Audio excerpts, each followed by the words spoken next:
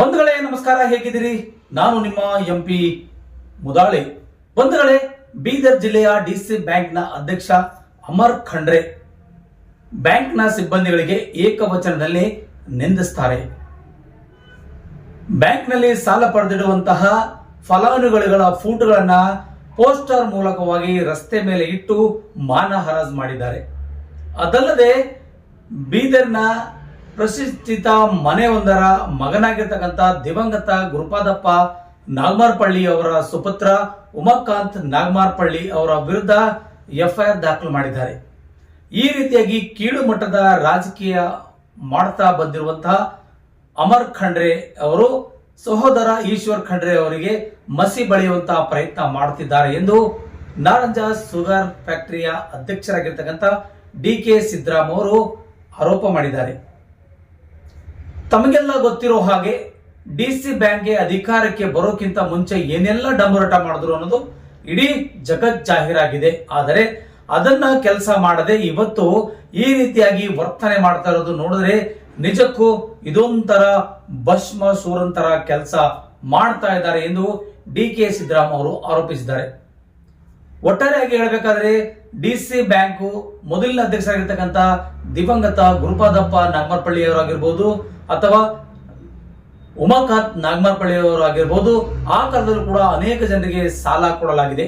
ಆದರೆ ಅವ್ರ್ಯಾರೂ ಸಹ ಇವತ್ತು ಈ ತರ ಪೋಸ್ಟರ್ಗಳನ್ನು ಮಾಡಿ ರಸ್ತೆ ಮೇಲೆ ಅಂಟಿಸಿ ಅವರ ಮಾನ ಹರಾಜು ಮಾಡಲಿಕ್ಕೆ ಹೋಗಲಿಲ್ಲ.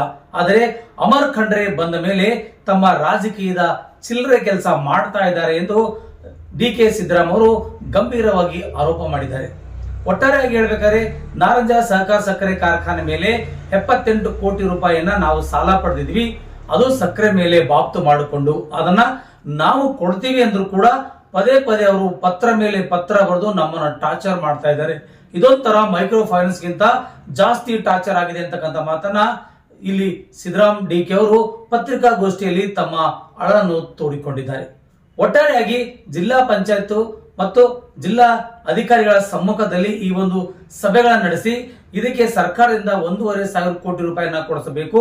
ಡಿಸಿಸಿ ಬ್ಯಾಂಕ್ ನ ಸಿಬ್ಬಂದಿಗಳನ್ನ ನಾರಾಯಣ್ ಶುಗರ್ ಫ್ಯಾಕ್ಟರಿಗೆ ಸುಮಾರು 400ಕ್ಕೂ ಹೆಚ್ಚು ಜನರ ಸಿಬ್ಬಂದಿಗಳನ್ನ ಮತ್ತು ಪೊಲೀಸರನ್ನ ಕರೆದು ವಸೂಲಿಗೆ ಬಂದಂತವರು ಮಹಾತ್ಮ ಗಾಂಧಿ ಸಹಕಾರ ಸಕ್ಕರೆ ಕಾರ್ಖಾನೆಗೆ ಕೇವಲ 8 ಜನರಿಗೆ ಕಳಿಸಿ ಯಾಕೆ ಇದನ್ನು ತಾರತಮ್ಯ ಮಾಡ್ತಾ ಇದ್ದೀರಿ ಅಂತಕ್ಕಂಥ ಪ್ರಶ್ನೆನ ಡಿಕೆ ಸಿದ್ದರಾಮ್ ಅವರು ಕೇಳ್ತಾ ಇದ್ದಾರೆ. ಬನ್ನಿ ಹಾಗಾದ್ರೆ ಡಿಕೆ ಸಿದ್ದರಾಮ್ ಅಲ್ಲ ಏನ್ ಹೇಳಿದ್ರು, ಹೇಗೆ ಹೇಳಿದ್ರು, ಯಾವ ಕಾರಣಕ್ಕಾಗಿ ಹೇಳಿದ್ರು ಅನ್ನೋದನ್ನ ಸಂಪೂರ್ಣವಾಗಿ ವಿವರ ನಿಮ್ಮ ಮುಂದೆ ನಾವು ಕೊಡ್ತೀವಿ ನಮ್ಮ ನಾರಂಜ ಎಕ್ಸ್ಪ್ರೆಸ್ ನಲ್ಲಿ. ಬನ್ನಿ ಆ ಸುದ್ದಿಗಳತ್ತ ಒಂದಿಷ್ಟು ನಾವು ನೋಡ್ಕೊಂಡು ಬರೋಣ. ಸಾಯಂಕಾಲ ಔರಾದ್ನಲ್ಲಿ ಒಂದು ಘಟನೆ ನಡೆದಿದೆ. ಘಟನೆ ನಡೆಯೋದು ಸಹಜಿಕ, ಆದ್ರೆ ಆ ಘಟನೆಯಲ್ಲಿ ದ್ವೇಷದ ರಾಜಕಾರಣ ನಡೆದಿದೆ. ಒಬ್ಬ ಡಿಸಿಸಿ ಬ್ಯಾಂಕಿನ ನಿರ್ದೇಶಕರಿಗೆ ಅನರ್ಹ ಮಾಡಬೇಕಂತ ಒಬ್ಬ ಡಿಸಿಸಿ ಬ್ಯಾಂಕಿನ ಎಂಪ್ಲಾಯಿನೇ ಅಲ್ಲಿ ಹೋಗಿ ಗಲಾಟೆ ಮಾಡುವಂತ ಪರಿಸ್ಥಿತಿ ನಿರ್ಮಾಣ ಆಗಿದೆ. ಆ ಗಲಾಟೆ ಮಾಡ್ತಿರ್ತಕ್ಕಂಥ ಸಂದರ್ಭದಲ್ಲಿ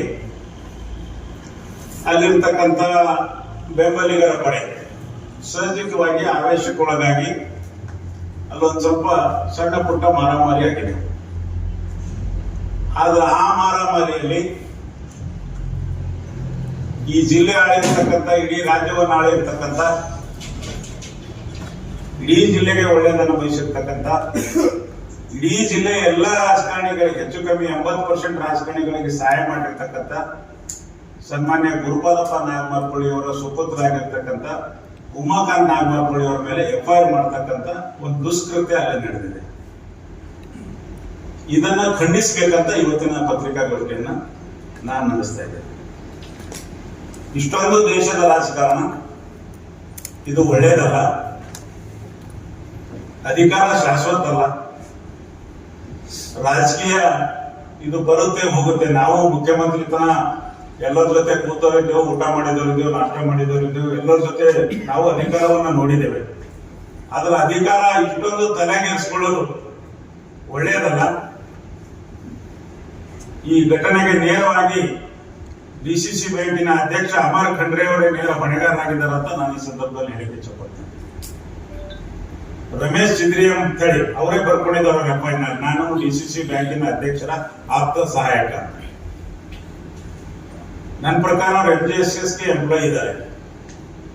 ಅವರು Mahatma Gandhi employee, DCC bank ಅಧ್ಯಕ್ಷರ ಆಪ್ತ ಸಹಾಯಕ. ಅವ್ರಿಗೆ ಅವರಾದ್ನಾಗ ಏನ್ ಕೆಲಸ ಇತ್ತು? ಅವ್ರು ಯಾಕೆ ಅವರಾದ್ಬೋದು? ಅವರ TAPC MS ಎಲೆಕ್ಷನ್ ಅವ್ರದ್ದು ಏನ್ ಕೆಲಸ ಇದ್ದಾರೆ ಅಂದ್ರೇನು?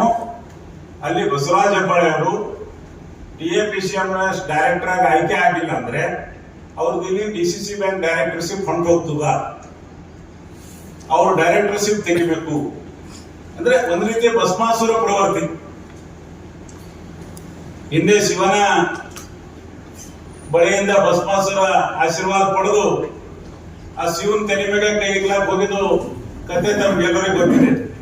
ಈಗ ಅಮ್ಮಾರ್ ಕಂಡ್ರದು ಹಂಗೆ ಗುರುಪಾದಪ್ಪ ಅವ್ರದ್ದು ಬಲ್ ಹೋಗಿ ಅವ್ರ ಕಾಲ್ ಬಿದ್ದವ್ರ ಆಶೀರ್ವಾದ ತಗೊಂಡು ಇವತ್ತು ಗುರುಪಾದಪ್ಪ ಅವ್ರ ಮಕ್ಕಳು ತಲೆ ಮೇಲೆ ಕೈ ಇಟ್ಟು ಭಸ್ಮಾಸುರ ಆಗ್ಬೇಕಲ್ಲ ತಪ್ಪ.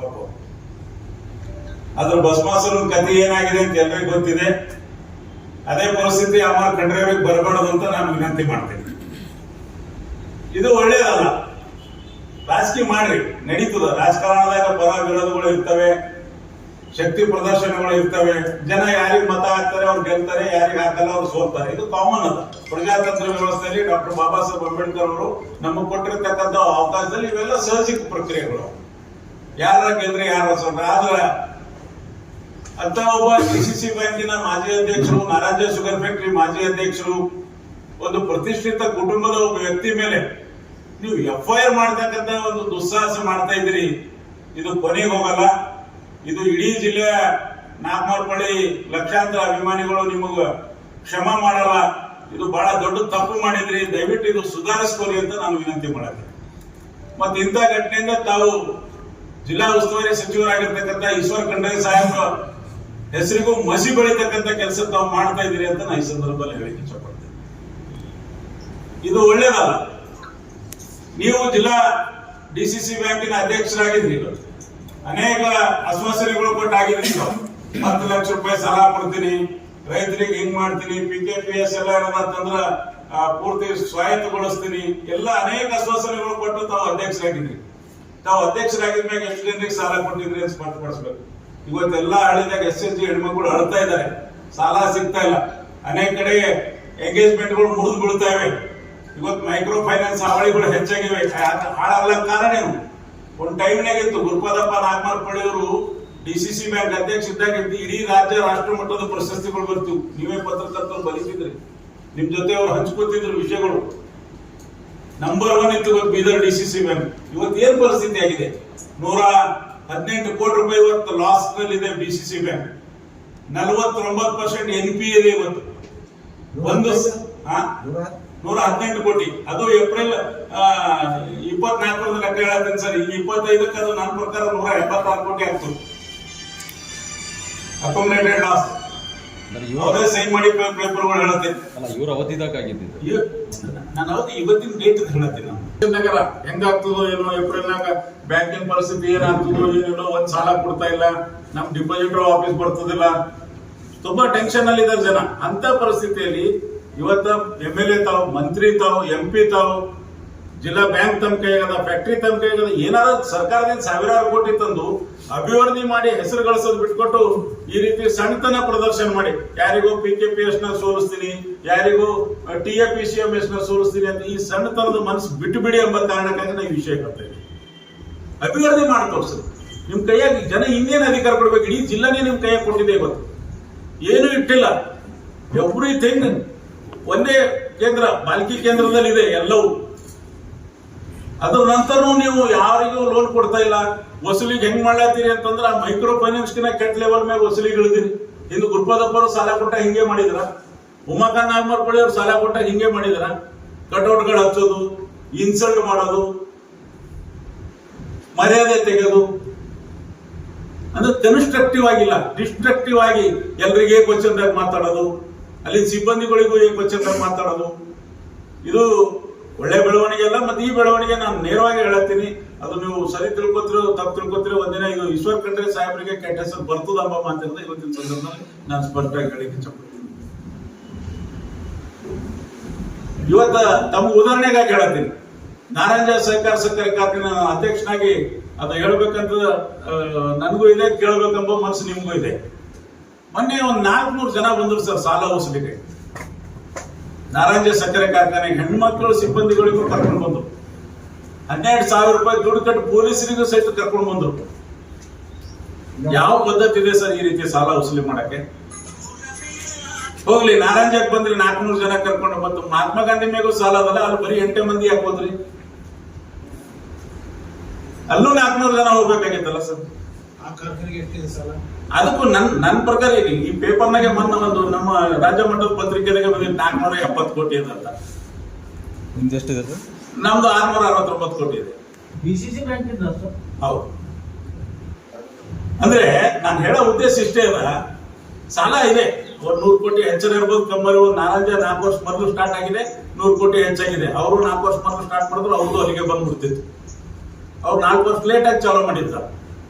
ಸಜ್ಜಿಕ್ ಅದ, ಸಾಲ ಇರೋದು ಸಜ್ಜಿಕ್ ಅದ. ಮೊದಲಿನವ್ರು ಮಾಡ್ಯಾರ, ನಾನಂತೂ ಸಾಲ ಮಾಡಿಲ್ಲ, ನಾನು ಬಂದ ಸಾಲನೇ ತಗೊಂಡಿಲ್ಲ. ಅದು ನೀವು ಮುಂದೆ ಹೇಳ್ತೀನಿ ಸ್ಪಷ್ಟವಾಗಿ. 5 ವರ್ಷ ಹೆಂಗ್ ನಡೆಸಿನಿ, ಹೆಂಗ ಬೆಂಕಿ ಮ್ಯಾಗಿನ ಹೊರಗೆ ಬರ್ತಾ ಇದ್ದೀನಿ ಅನ್ನೋದು ನಾನು ಹೇಳ್ತೀನಿ. ನಾನು ಯಾವ್ದು ಮುಚ್ಚಿಕ್ಕಲ್ಲ, ಪ್ರಶ್ನೆ ಬರಲ್ಲ, ಓಪನ್ ಬುಕ್ ಇದೆ. ಆ ಸಾಲ ನಾರಾಯಣ ಹೆಸರು ಕೆಡಿಸ್ಬೇಕು, ನಾರಾಯಣ ಮುಚ್ಚಿಸ್ಬೇಕು, ನಾರಾಯಣ ನಡಿಗುಡ್ಬಾರ್ದು. ನಾರಾಯಣ ನಮ್ದು ಸರ್, ರೈತರದಿದೆ ಅದು. ಇವತ್ತು ನಾವಿದ್ದೇವೆ, ನಾಳೆ ಅಕ್ಟೋಬರ್ನಲ್ಲಿ ಚುನಾವಣೆ ಇದೆ, ಮತ್ತೊಬ್ರು ಗೆದ್ದು ಬರ್ಬೋದು. ಯಾವತ್ತು ರಾಜಕೀಯಕ್ಕಾಗಿ ಯಾವುದೇ ಸಂಸ್ಥೆ ಹಾಳಾಗಬಾರ್ದು. ಇವತ್ತು BSSಗೆ ಇವತ್ತು ಮುಚ್ಚಿದೆ. ಯಾವ ಸರ್ಕಾರದವರು ಆರಾಮ್ ಮಾಡಕ್ಕಾಗಿಲ್ಲ, ಬಿಜೆಪಿದವರು ಮಾಡಿಲ್ಲ, ಕಾಂಗ್ರೆಸ್ದವರು ಮಾಡಕ್ಕಾಗಿಲ್ಲ. ನನ್ನ ಪ್ರಕಾರ ಹಿಂದೆ ಮಾಜಿ ಶಾಸಕರಾಗಿರ್ತಕ್ಕಂಥ ಕಲ್ಯಾಣರಾವ್ ಮೊಳಕೇರಿ ಅವರು ಹೇಳ್ತಿದ್ರು, BSSಗೆ ಅಂದ್ರೆ ತಮ್ಮದು BSSಗೆ ಅಲ್ಲ, ಭೀಮಣ್ಣ ಸನ್ನಾಪ್ ಶಿವಲಿಂಗಪ್ಪ ಖಂಡ್ರೆ ಲಿಮಿಟೆಡ್ ಅಂತಾರೆ ಅದ್ರ ಹೆಸರು. BSSಗೆ ಲಾಂಗ್ ಫಾರ್ಮ್. ಇಡೀ ಖಂಡ್ರೆ ಪರಿವಾರ ಆ ಫ್ಯಾಕ್ಟ್ರಿ ಮ್ಯಾಗ ಬಂದಿದ್ರು ನಾವು. ಇವತ್ತು ಅದ್ರ ಮ್ಯಾಗ MLA ಆಗಿರಿ, ಅದ್ರ ಮ್ಯಾಗ ಮಂತ್ರಿ ಆಗಿರಿ. ಇವತ್ತು ಬ್ಯಾಂಕ್ ನಿಮ್ ಕೈಯಾಗದ, ಎಲ್ಲವೂ ನಿಮ್ ಕೈಯಾಗಿದ್ದ. ನಿಮ್ಮ ಆಡಳಿತದಾಗ ಅದು ಆಪ್ಷನ್ ಆಗ್ಲತ್ತದ. ಬಹಳ ದುರಂತದ, ಬಹಳ ದುರಂತದ. ಇದು ಯೋಚನೆ ಮಾಡಿ ನೋಡ್ಬೇಕು ನೀವು. ನಾನು ಹೇಳೋದು ಕೆಟ್ಟ ಅನಿಸ್ಬೋದು ನೀವು. ನಿಮ್ಮ ಅವಧಿಯಲ್ಲಿ ಅದು ಆಪ್ಷನ್ ಆಗ್ಬಾರ್ದು. ಅದು ರೈತರ ಸಂಸ್ಥೆ. 25,000 ಸದಸ್ಯರು ಏನದ ಅಂದ್ರೆ ಆ ಟೈಮ್ನಲ್ಲಿ ದುಡ್ಡು ಕೊಟ್ಟು ಕಟ್ಟಿದ್ದಾರೆ. ಅದನ್ನು ಉಳಿಸ್ಕೋಬೇಕು. ಮಾನ್ಯ ಈಶ್ವರ್ ಖಂಡ್ರೆಜಿಯವರು, ರಾಜಶೇಖರ್ ಪಾಟೀಲ್ಜಿಯವರು, ಭೀಮರಾವ್ ಪಾಟೀಲ್ಜಿಯವರು, ಚಂದ್ರಶೇಖರ್ ಪಾಟೀಲ್, ಸೈಲೇಂದ್ರ ಬೆಂಗಾಳಿಜಿಯವರು ಎಲ್ಲರೂ ಸೇರಿ ಬೆಂಗಳೂರಿನಲ್ಲಿ ಮೀಟಿಂಗ್ ಮಾಡಿ ಆ ಸಂಸ್ಥೆ ಉಳಿಸ್ಕೋತೇವೆ ಅಂತ ಮೀಟಿಂಗ್ ಮಾಡಿದ್ದು ತಮ್ಮ ಪತ್ರಿಕೆ ಮೂಲಕ ನೋಡಿದ್ವಿ. ಅದೇ ನಮ್ಮ ನಾರಾಯಣದಾಗ ಒಬ್ಬ ಆಫೀಸರ್ ಬಂದು ಏನಂದನೋ ಅದನ್ನು ತಾವು ನೋಡಿದ್ವಿ. ನಾವು ಮಾರೇ ತೋರಿಸ್ತೀನಿ BSSಗೆ ಅಂತ. ಅವ್ರು ಯಾರಿಗೆ ಚಾಲೆಂಜ್ ಮಾಡ್ಯಾರ? ಮಿನಿಸ್ಟರ್ಗೆ ಚಾಲೆಂಜ್ ಮಾಡ್ಯಾರ ಅಂತ ತಿಳ್ಕೊಳತ್ತೀನಿ ನಾವು. ಏನ್ ನಡೀತಾ ಇದೆ? ಯಾವ ಸತ್ಯ ಇದೆ? ಅದ್ರ ಹಿಂದಿನ ರಹಸ್ಯ ಏನು? ಏನ ಆಫೀಸರ್ ಹೇಳೋದು ಕರೆಕ್ಟ್ ಅದನ? ಏನ್ ಮಾನ್ಯ ಮಂತ್ರಿಗಳು ಕೂಡ ಸ್ಟೇಟ್ಮೆಂಟ್ ಕರೆಕ್ಟ್ ಅದನ?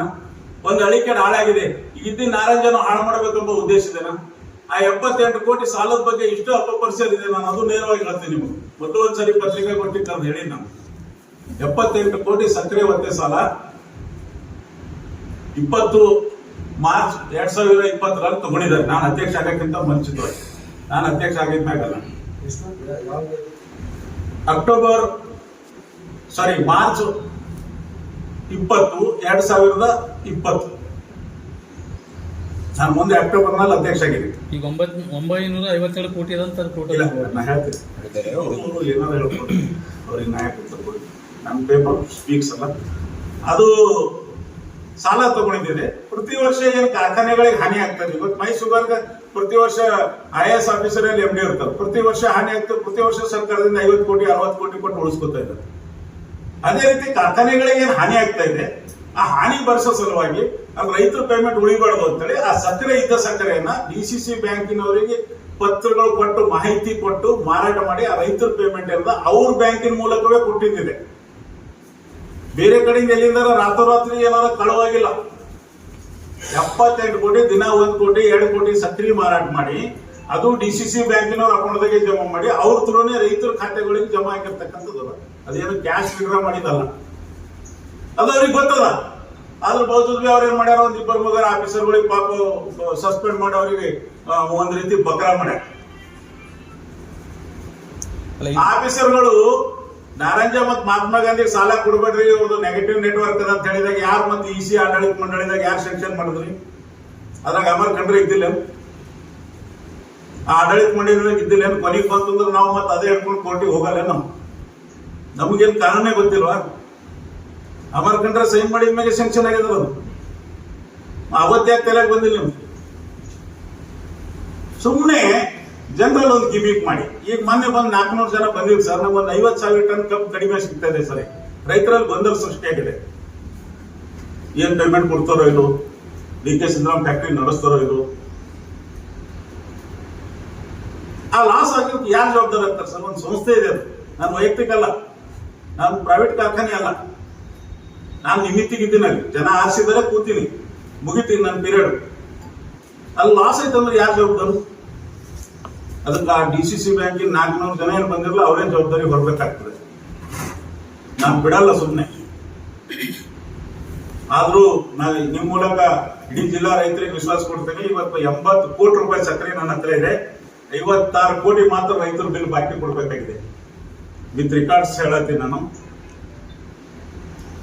ನಮ್ಮ ರೈತರಿಗೆ ಯಾವುದೇ ಅವ್ರ ಹಿತಕ್ಕೆ ನಾವು ಧಕ್ಕೆ ಬರ್ಬಿಡಲ್ಲ. ನಾವಿರಸ್ತನ, ನಾವು ಮಕ್ಕ ನಾಮತ್ ಪಡೆಯೋರು ಎಲ್ಲ ನಮ್ಮ ಟೀಮ್ ಇರಸ್ತನ.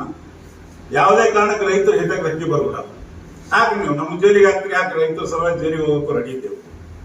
ಹೆದರ ಅವಶ್ಯಕತೆ ಇಲ್ಲ. ಮನೆ ನಾನು ಆತ್ಮಹತ್ಯೆ ಮಾಡ್ಕೊತೀನಿ ಅಂದಾಗ ನನ್ನ ಮಗಳು ಡಾಕ್ಟರ್ ಇದ್ದಕ್ಕೆ ಹಿಡ್ಕೊಂಡು ಎಲ್ಲರ ಮನಸ್ಸಿಗೆ ಕೆಲವರಿಗೆ ನೋವಾಯ್ತು. ಅನೇಕ ಸ್ವಾಮೀಜಿಗಳು ಫೋನ್ ಮಾಡಿದ್ರು, ನೀವ್ಯಾಕೆ ಆತ್ಮಹತ್ಯೆ ಮಾಡ್ಕೋತೀನಿ ಅಂತೀರಿ, ನೀವೇನ್ ತಪ್ಪು ಮಾಡೀರಿ? ನಾನು ಆತ್ಮಹತ್ಯೆ ಮಾಡ್ಕೋತೀನಿ ಅಂದಿದ್ದು ನಿಮ್ಮ ಕಾಟಕ್ಕೆ ಈ ಜನ ಏನು ಕೊಡ್ತಾ ಇದಾರಲ್ಲ ಕಾಟ, ನಾನಂತ ತಾಳ್ತಾ ಇದ್ದೀನಿ. ರಾತ್ರಿ 2 ಗಂಟೆಗೆ ಎಚ್ಚರಿಕೆ ಆದ್ರೆ ನಿದ್ದೆ ಬರ್ತಾ ಇಲ್ಲ, ಅಷ್ಟು ಪತ್ರಗಳು ಕಳಿಸ್ತಾರೆ. ಏನಂತ ಹಿಂಗ್ ಸುಮ್ಮನೆ ಒಂದ್ ಏನೋ ಪತ್ರ ಕಳ್ಸೋದು ಸುಮ್ಮನೆ. ನೀವು 1 ಬಟ್ ಮಾಡ್ತೀರಿ, ನಿಮ್ ಕಡೆ 4 ಬಟ್ ಕಾಣಂತವಂತ ಸ್ವಲ್ಪ ನೆನ್ಪಿಟ್ಕೋರಿ, ಎಚ್ಚರ ಇರಲಿ. ಅದು ಜಿಲ್ಲಾದಾಗ ಯಾರು ಅತಿ ಭ್ರಷ್ಟ ವ್ಯಕ್ತಿ ಅಂತೇಳಿ ಇಡೀ ಜಿಲ್ಲೆಗೆ ಗೊತ್ತಿದೆ. ಸಮಯ ಬಂದಾಗ ಒಂದೊಂದು ತಾನಾಗಿ ತಾನೇ ಹೊರಗೆ ಬಂತು. ಮೊನ್ನೆ 400 ಜನ ಬಂದಿದ್ದು ಈ 78 ವಸೂಲಾತಿಗಾಗಿನೋ ಅಥವಾ ಟೋಟಲ್ ಒಟ್ಟಾರೆ ಇದ್ರ ವಸೂಲಾತಿ? ಅವರು ಕೀಲಿ ಕೊಟ್ರಿ ಅಂತ ಬಂದ್ರು. 78 ಕೋಟಿ ಕೀಲಿ.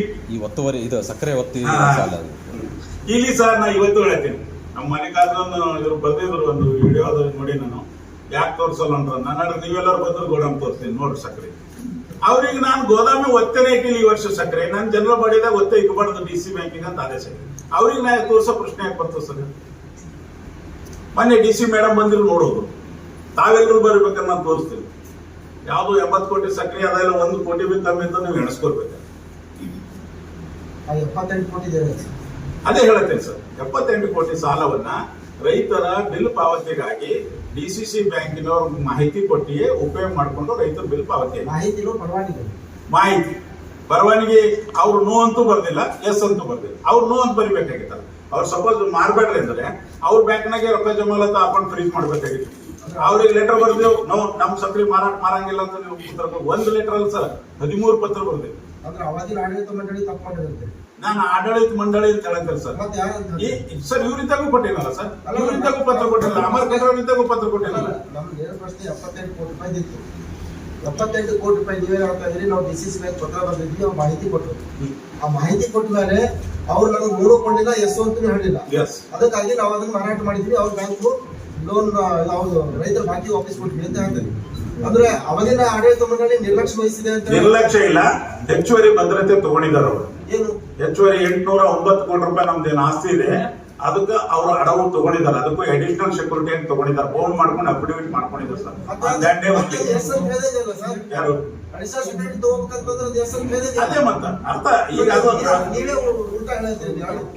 ಇಲ್ಲ, ನಾನೇನು ಉಲ್ಟಾ ಹೇಳ್ತಾ ಇಲ್ಲ. ಎಸ್ ನೋ ಅಲ್ಲ, ನಾನ್ ಪತ್ರ ಕೊಟ್ಟೇನೆ.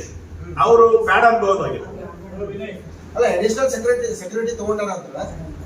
ಅಡಿಷನಲ್ ಸೆಕ್ಯೂರಿಟಿ ತಗೊಂಡಾರ ಅಂದ್ರೆ ಮತ್ತೆ ಎಸ್ ಅಂತ ಹೇಳಿದ್ರೆ ಅಡಿಷನಲ್ ಸೆಕ್ಯೂರಿಟಿ ತಗೊಂಡಿದ್ದಾರೆ ಸರ್. 18 ಏಪ್ರಿಲ್ 2023ರಂದೇ ಸಬ್ ರಿಜಿಸ್ಟರ್ ಆಫೀಸ್ದಾಗ ಅಡಿಷನಲ್ ಸೆಕ್ಯೂರಿಟಿ ನಮ್ಮ MD ಅವರ MD ಇಬ್ರು ಬೌಂಡ್ ಮಾಡಿದ್ದಾರೆ. ಇದೇ ವಿಷಯದ ತಗೊಂಡಾರ ಸರ್ ಅಥವಾ ಬೇರೆ ವಿಷಯ? ಯಾವುದು? ಇದೇ ವಿಷಯ. 78 ಕೋಟಿ ಇದೇ ವಿಷಯ.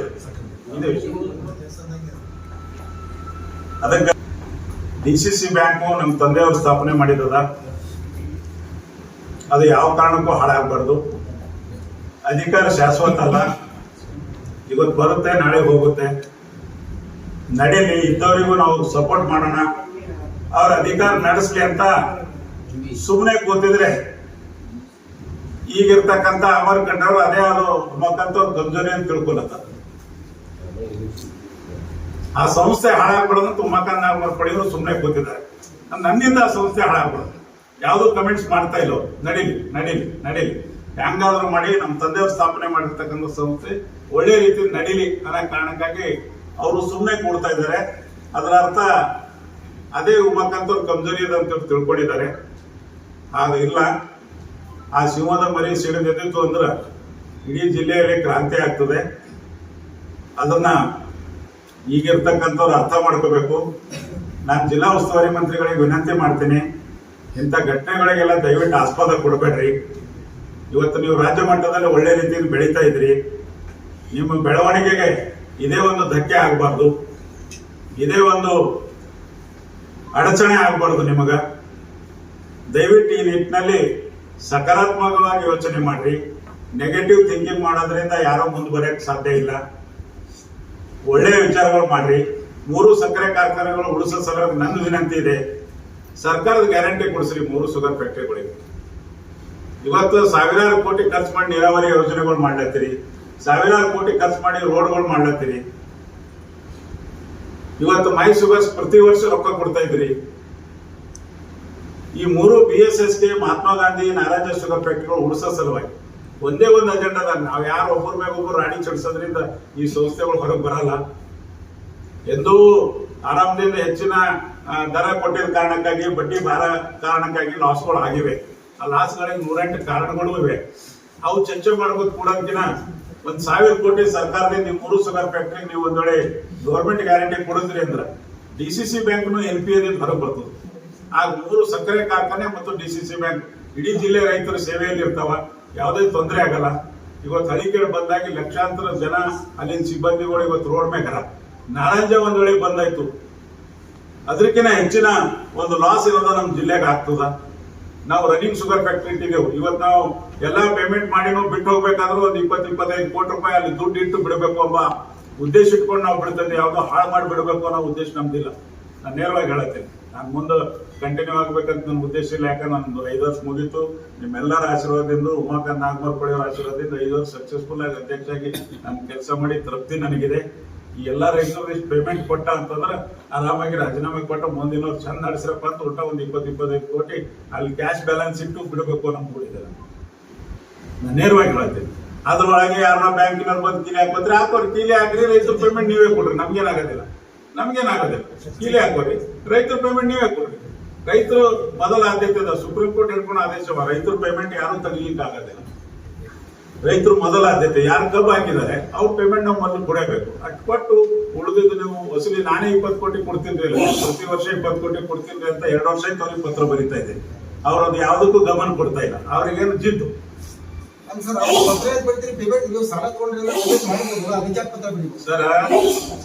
ಸಾಲಗಾರ ನಾನು 20 ಕೋಟಿ ಕೊಡ್ತೀನಿ ಅಂದಾಗ ಬ್ಯಾಂಕ್ ಬೇಡ ಅಂತ ಸರ್ ಅದೇ ಹೇಳ್ತಾ ಇದ್ದೀನಿ. ಅಪ್ಪರ ಸೌದಿ ಅವ್ರು ನಿಮ್ ಸಬ್ಜೆಕ್ಟ್ ಕರೆಕ್ಟ್ ಇದೆ. ನಾನು ಅವ್ರಿಗೆ ಒಂದು ರೋಡ್ ಮ್ಯಾಪ್ ಸಬ್ಮಿಟ್ ಮಾಡಿದ್ದೆ ಸರ್. ಯಾವುದು ಸಂಸ್ಥೆಗೆ ಒಂದ್ಸರಿ ನಾವು ಹಾನಿ ಮಾಡಂತ ಕೆಲಸ ಮಾಡಬಾರ್ದು.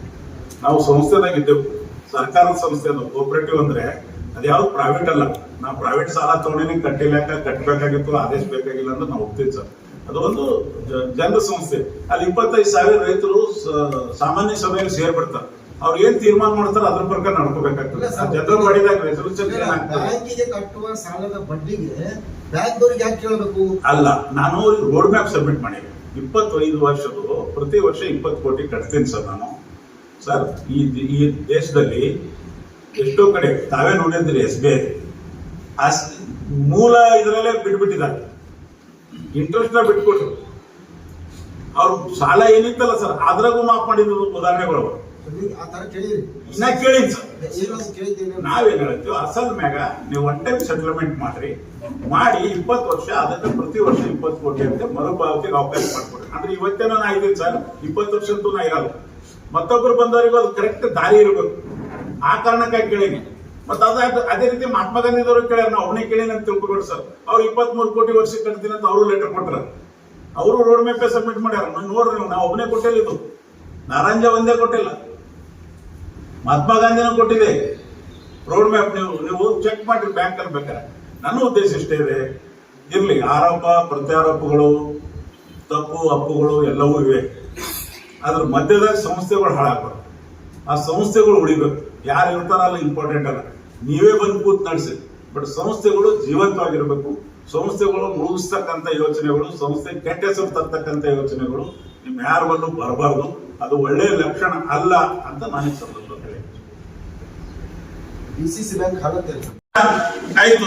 ಯಾರು ಕ್ಯಾಂಡಿಡೇಟ್ ಇದ್ರೆ ಅವ್ರು ಅಷ್ಟೇ ಬರಪ್ಪ ಒಳಗ, ಬೇರೆಲ್ಲ ಯಾಕೆ ಬರ್ತಾರೆ? ಅವರು ಒಬ್ಬ ಕ್ಯಾಂಡಿಡೇಟ್ ಆಗಿ ನಾಮಿನೇಷನ್ ಹಾಕಿದ್ರೆ ಅಷ್ಟೆಲ್ಲ ಆಗ್ತದೆ ಅವ್ರಿಗೆ, ಅವ್ರು ಅಷ್ಟು ಅಂದಿದ್ದಾರೆ ಅಷ್ಟೇ, ಅಷ್ಟು ಅನ್ಬಾರ್ದ. ಅದನ್ನೇ ದುರುಪಯೋಗ ಮಾಡ್ಕೊಂಡು ಉಮಾಕಾಂತ್ಗೆ ಒಂದು FIR ಮಾಡ್ತೇವೆ, ಅವನಿಗೆ ಒಳಗೆ ಹಾಕ್ರಿ ನೋಡೋಣ ಎಷ್ಟು ಮಂದಿಗೆ ಹಾಕ್ತಾರೆ. ಲಕ್ಷಾಂತರ ಅಭಿಮಾನಿಗಳು ಬಂದಿರ್ತಾರೆ, ಎಲ್ಲರಿಗೂ ಅರೆಸ್ಟ್ ಮಾಡೋದು ನಿಮ್ದೇ ಜೈ ಅಂತ ಒಂದು ಯಾಕ್ರಿ ಎಲ್ಲರಿಗೂ ಜೈಲಿಗೆ ಹಾಕ್ತಾರೆ ಅಂದ್ರೆ ಯಾಕೆ ನಿಮ್ ಬಾಯಿ ಉಂಟದು ಅದು ಅಷ್ಟು ಬಾರಿ ಬರ್ಬಾರ್ದು. ಜೈಲು ಬಾಯಿ ಏನಾರ ಮತ್ತು ಅಶುಭಾಗಕ್ಕೆ ಸಾಧ್ಯತೆಗಳಿದ್ರೆ ನಮ್ಮ ಬಾಯಿ ಬರ್ತದೆ. ಸರ್ ಒಂದು ಕ್ಲಿಯರ್ ಕ್ವಶನ್ ಸರ್, ತಾವು ಈ ಡಿಸಿ ಬ್ಯಾಂಕ್ ಅಧ್ಯಕ್ಷರಾಗಿ ಆರೋಪಿಸ್ತಾ ಇದ್ದೀವಿ, ಸರ್ ನಾನು ಹೇಳ್ತಾ ಇದ್ದೀನಿ, ಜಿಲ್ಲಾ ಉಸ್ತುವಾರಿ ಸಚಿವರು ಗಮನಕ್ಕೆ ಇದೇ ಇಲ್ಲೋ ಗೊತ್ತಿಲ್ಲ. ಜಿಲ್ಲಾ ಉಸ್ತುವಾರಿ ಸಚಿವರು ಇದನ್ನೆಲ್ಲ ತಡಿಬೇಕು. ಇದು ಒಳ್ಳೆ ಲಕ್ಷಣ ಅಲ್ಲ. ಹಿಂದೆ ನಾಗಪಳ್ಳಿ ಖಂಡ್ರೆ ಕುಟುಂಬ ಒಂದಾಗಿ ಇಡೀ ಜಿಲ್ಲೆ ಒಳ್ಳೇದ್ ಮಾಡ್ತಕ್ಕಂತ ಕೆಲಸ ಮಾಡಿದೆ. ಇವತ್ತು ಇಡೀ ಜಿಲ್ಲೆಯಲ್ಲಿ 40 ವರ್ಷ ಒಳ್ಳೆ ಅಭಿವೃದ್ಧಿ ಕೆಲಸವನ್ನ ಸನ್ಮಾನ್ಯ ಭೀಮಣ್ಣ ಖಂಡ್ರೆಜಿಯವರು, ಗುರುಪಾದಪ್ಪ ನಾಗಪಳ್ಳಿಯವರು, ಬಸವರಾಜ ಪಾಟೀಲ್ ಉನ್ನಬೋದವರು ಸೇರಿ ಇಡೀ ಜಿಲ್ಲೆ ಅಭಿವೃದ್ಧಿಯನ್ನು ಮಾಡಿದ್ದಾರೆ. ಆ 3 ಪರಿವಾರಗಳು ಒಂದೊಂದು ಸಂದರ್ಭದಲ್ಲಿ ಅಣ್ಣ ತಮ್ಮನ ರೀತಿಯಲ್ಲಿ ಇದ್ರಿ. ನಿಮ್ ಸರ್ಕಾರ ಅವ್ರು ತಗೊಂಡ್ರು, ಅವ್ರ ಸರ್ಕಾರ ಹೆಚ್ಚಿಗೆ ನೀವು ತಗೊಂಡಿದ್ರಿ. ಇವತ್ತು ಗುರುಪಾದಪ್ಪ ಅವ್ರ ಸರ್ಕಾರ ಈಶ್ವರ್ ಖಂಡ್ರೆ ಅವರು, ಅಮರ್ ಖಂಡ್ರೆ ಅವರು ಎಲ್ಲಕ್ಕಿಂತ ಹೆಚ್ಚಿನ ರೀತಿಯಲ್ಲಿ ತಗೊಂಡಿದ್ದಾರೆ. ಅದನ್ನ ಅವರು ಆತ್ಮ ಮುಟ್ಕೊಂಡು ನೋಡ್ಬೇಕು.